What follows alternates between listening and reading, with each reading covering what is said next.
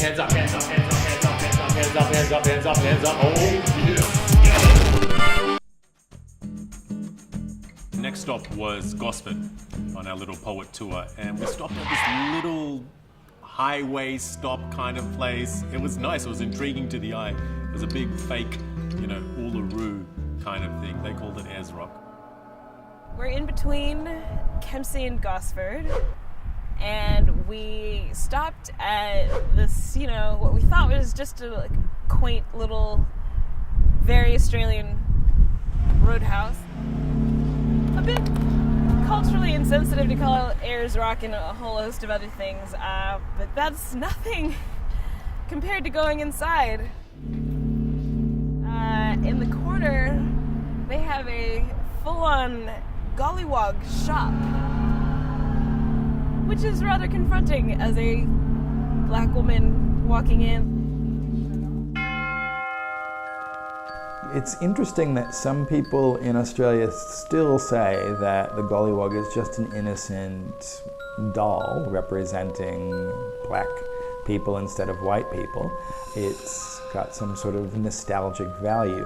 When you look at the book by Enid Blyton, she's got a book called The Three Gollywogs. On page 2, their names are Golly, Woggy, and Nigger.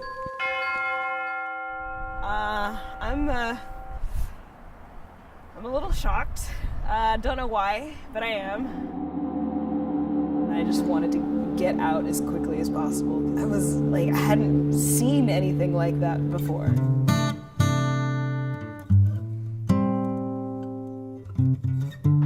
Here we are in Gosford, New South Wales. It's an incredible little town. We're here in the lounge room. So it's a pretty special venue, very close to my heart, and it's also unique because Gosford, out the window, is not necessarily the most happening place. That's what most people do. They come, they buy a used car, they do some laundry, then they come to a gig. Just finished up a workshop with these incredible human beings. They've been pretty incredible.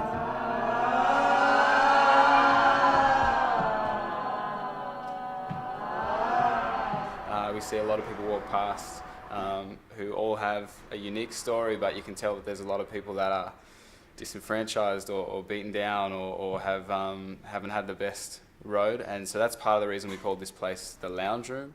It's kind of almost like a drop-in centre. They've got a recording studio out the back, and the crowd was probably one of the warmest that we had, and personally it was one of my favourite gigs on the little poet tour. That's how I take my breaks. All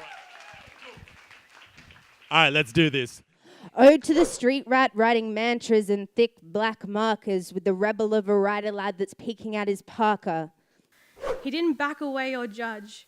Instead, he simply said to me, "It's okay, you're a mess." What are they trying to achieve when they chant their sexist monotone routine? It's enough to make any girl shake. This is not the sound of pretty poetry. This is art, my beating and bleeding heart for all of you. When you're standing on stage, it's not about you. Even though it may seem like that sometimes, even though it's a big ego stroke, it's not. It's you standing on stage with a massive mirror. It's me trying to connect with that audience. And if they can see a little tiny bit of themselves in this 6'6" mustached brown man, that's me done for the day. That's me done for the week. That's me done for life. Thought I wanted to be just like you, Mom. Let us pray. All straight edge, straight hair, straight woman, straight prayer, but I can't. Every time I've done tram lines, somebody has come up to me and said, "Thank you so much." Let us pray. Can't let us pray. Can't let us pray. Can't let us pray. Can't not have these. I needed to hear that. I'm having trouble coming out to my own parents. Queer kids exist. We're everywhere. And it's important for us to know that there's some of us out there who are making a difference and actually surviving and thriving. Within poetry slams, you often find that people who have more marginalized views around social issues that aren't getting enough coverage through news and television shows, they get drawn to the microphone. Back and smile like everything is fine. Fine, I'm fine. You don't look like one, they said, with their glass-filled smiles like I don't bleed when their words bite into my skin. And within that sense of outsiderness and that sense of coming together to have a voice, you have a bond. Because there were days where it hurt to breathe, but I exhaled every last breath of mine into the lungs of another sexual abuse victim. You hear stories that are healing. It's a form of catharsis. My brain just fails to use logic. I'm in pain, therefore They have to talk about issues that affect them personally. and I can't cry with the door completely shut because I need someone to hear me. I am your host for tonight. I cannot comment on the previous poet that was on stage, regardless of how much truth was dropped on this stage just now. Give her another round of applause. My mind is running and running like a steam train. The brakes are on, but they aren't working, and it keeps going, whirling, running in circles, and I can't control it until suddenly it stops. So this is my chance to be heard.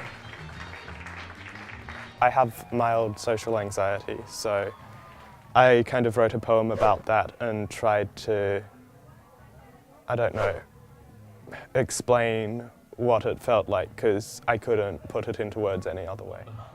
Talking about this finger-licking chicken is making me restless, and no, I don't have a chicken-killing fetish.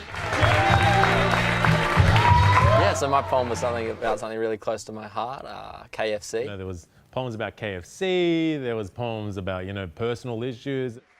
Thank you very much. I've been Zohab Z Khan. I had a great night hosting that night too, so that was a lot of fun. We've got two poets from Gosford going to the New South Wales Poetry Slam finals, and now we're off to Nowra, so see you later, Gosford. I'm from the future. This place here will burn in hell.